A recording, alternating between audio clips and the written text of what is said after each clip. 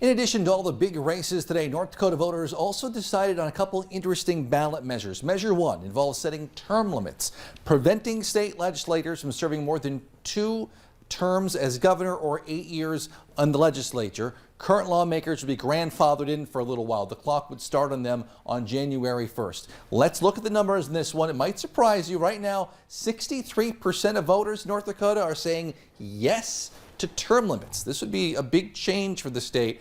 37% are saying no. Again, not all the votes counted yet, but that is a pretty wide margin. 71% of the votes are now in North Dakota. Meanwhile, Measure 2 would legalize the production, processing, and sale of cannabis, which you may know better as marijuana, as well as the possession and use of forms of cannabis by individuals 21 and older.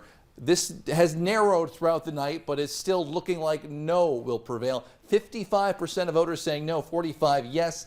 Again, 71% of the vote is now in. A race a lot of people are watching, and a number of cities in our area have city-specific ballot measures as well. They're all relating to raising the sales tax. In West Fargo, voters approved a 0.5% sales tax, 62% to 38%. That's to fund the fire and police departments. This one's been a bit controversial. The fire department said without this funding, they're not meeting the response times that they need to be to keep people safe. Some in the community were also outspoken, saying that the police and fire departments need to reallocate the funding that they already have. In Moorhead, the same deal was on the table. Sales tax increase of 0.5%. This funding would go toward the library and community center project. We're not seeing numbers yet on that. We will continue to update you on that one.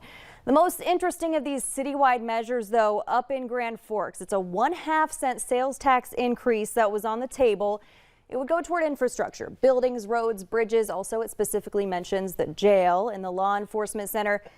Get this. This race is automatically being recounted right now since the call was won within 20 votes. Within 20 votes? Yeah, yes has 49.94%.